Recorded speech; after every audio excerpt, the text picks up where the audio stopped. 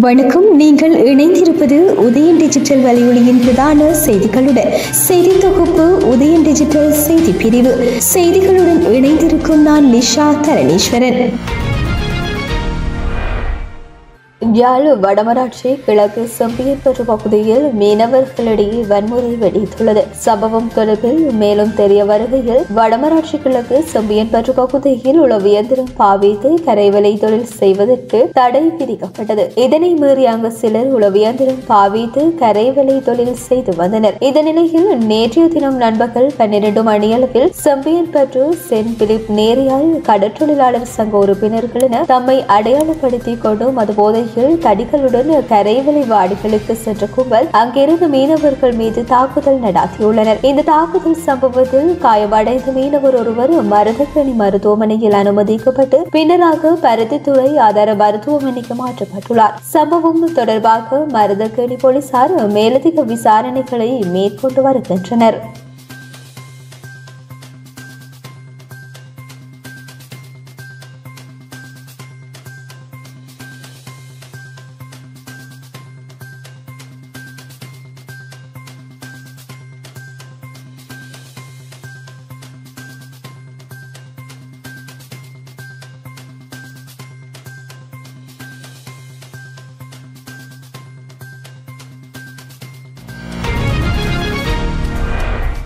Israel மற்றும் Iran ஆகிய இரு நாடுகளையும் நிதானத்துடன் பேச்சுவார்த்தையில் ஈடுபடுமாறும் பதற்ற நிலையை தணிப்பதற்கான முயற்சிகளை மேற்கொள்ளுமாறும் இலங்கை அரசாங்கம் வேண்டுகோள் விடுத்துள்ளது. இஸ்ரேல் மற்றும் ஈரானுக்கு இடையிலான சமீபத்திய பதற்றங்கள் தொடர்பில் தீவிர கரிசனையை வெளிப்படுத்தியிருக்கும் வெளிவிவகார அமைச்சர் அவ்விரு நாடுகளிலும் உள்ள இலங்கை தூதரகங்களின் நிலைமையை உன்னிப்பாக அவதானித்து வருவதாக தெரிவித்துள்ளது. அத்தோடு அந்தந்த நாடுகளில் உள்ள இலங்கை பிரஜைகளுடன் தொடர்பில் இருப்பதாக தெரிவித்துள்ள வெளிவிவகார அமைச்சு அவர்களை மிகுந்த எச்சரிக்கையுடனும் விழிப்புடனும் இருக்குமாறும் அறிவுறுத்தியுள்ளது. மேலும் இஸ்ரேல் மற்றும் ஈரான் ஆகிய இரு நாடுகளிடமும் நிதானத்துடன் பேச்சுவார்த்தையில் ஈடுபடுமாறும் பதற்ற நிலையை தணிப்பதற்கான முயற்சிகளை மேற்கொள்ளுமாறும் வேண்டுகோள் விடுத்துள்ளது.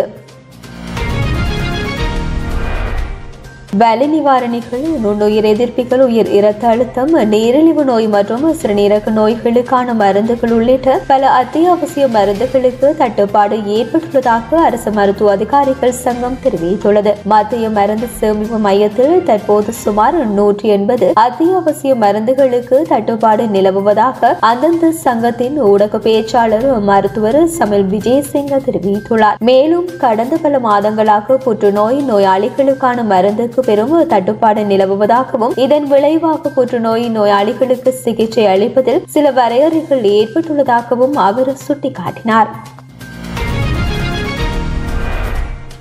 மத்திய கிழக்கில் தீவிரமடைந்து வரும் பதற்றங்களால் ஏற்கனவே மிகுந்த நெருக்கடியில் இருந்து மீட்சி அடைந்து வரும் இலங்கையின் பொருளாதாரம் வெகுவாக பாதிக்கப்படக்கூடும் என பொருளாதார நிபுணர் தலால் ராஃபி எச்சரித்துள்ளார். இது தொடர்பான அறிக்கை அவர் தனது உத்தியோகபூர்வ எக்ஸ் கணக்கில் வெளியிட்டுள்ளார். அதில் ஈரான் மீதான இஸ்ரேலின் ராணுவ தாக்குதலை அடுத்து உலக சந்தையில் எண்ணெயின் விலை சுமார் 12% மேல் சடுதியாக உயர்வடைந்துள்ளது. இது வெளியக அழுத்தங்களால் நலிவடைந்த நிலையில் இருக்கும் இலங்கையின் பொருளாதாரத்தின் மிக மோசமான பாதிப்பை ஏற்படுத்தும் என அவர் கவலை வெளியிட்டுள்ளார். அத்துடன் இலங்கை எரிபொருள் இறக்குமதிக்காக வருடாந்தம் சுமார் 4.5 பில்லியன் டாலர்களை செலவிடுவதாகவும் தற்போது எண்ணெய் விலையில் ஏற்பட்டிருக்கும் 12% உயர்வினால் வருடாந்த இறக்குமதி செலவு மேலும் 500 மில்லியன் டாலர்களால் அதிகரிக்கும் எனவும் மத்திய கிழக்கில் நிலவும் பதற்ற நிலை மேலும் தீவிரமடையும் பட்சத்தில் எரிபொருள் விலை பெருமளவால் அதிகரிக்கும் எனவும் அதன் விளைவாக நாட்டின் வெளிநாட்டு கையிருப்பு வீழ்ச்சி அடைவதுடன் ரூபாவின் பெறுமதி மீதான அழுத்தங்கள் வலுவடையும் எனவும் தலால் ராஃபி தெரிவித்துள்ளார்.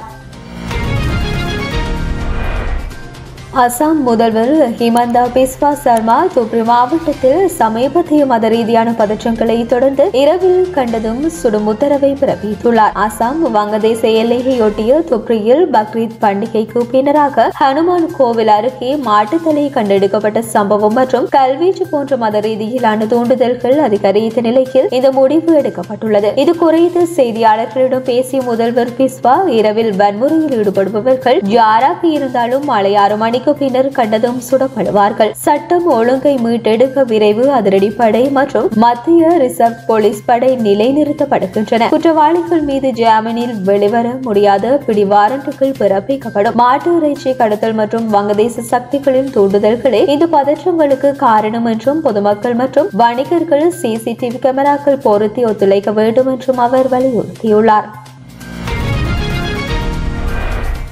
அமெரிக்காவின் இலினாய்ஸ் மாகாணம் சிகாகோவில் இருந்து புறப்பட்ட சிறிய ரக விமானம் ஒன்று ஓடுபாதையை விட்டு விலகி புத்தரைக்கு சென்றதால் அமெரிக்காவில் பரபரப்பு நிலை ஏற்பட்டுள்ளது. குறித்த விடயம் தொடர்பில் மேலும் தெரிய வருகையில் விமானம் மசாசூசெட்ஸ் மாகாணம் பாஸ்டன் லோகன் விமான நிலையத்தில் தரையிறங்க முயன்றது. ஆனால் கட்டுப்பாட்டை இழந்து ஓடுபாதையை விட்டு விலகி அங்கிருந்து புல்தரையில் சிறிது தூரம் ஓடியது. இதனை அடுத்து அந்த விமானம் நிறுத்தப்பட்டது. மேலும் இந்த விபத்தில் பயணிகள் யாருக்கும் காயமே படவில்லை. எனினும் இந்த சம்பவம் குறித்து விமான போக்குவரத்து துறை அதிகாரிகள் விசாரணை நடத்தி வருகின்றமை குறிப்பிடத்தக்கது.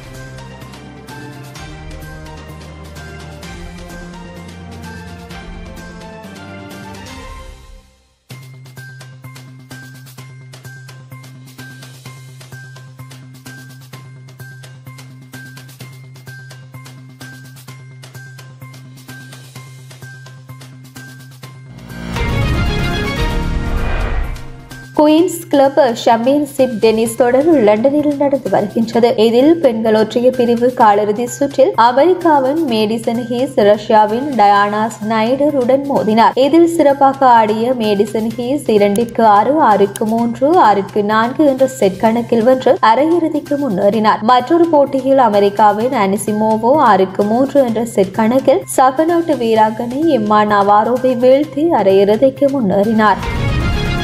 இத்துடன் உதயன் டிஜிட்டல் வலையொலியின் பிரதான செய்திகள் நிறைவடைகின்றன. தொடர்ந்தும் செய்திகளை உடனுக்குடன் அறிந்து கொள்ள எமது உதயன் டிஜிட்டல் வலையொலி பக்கத்துடன் இணைந்திருங்கள். வணக்கம்.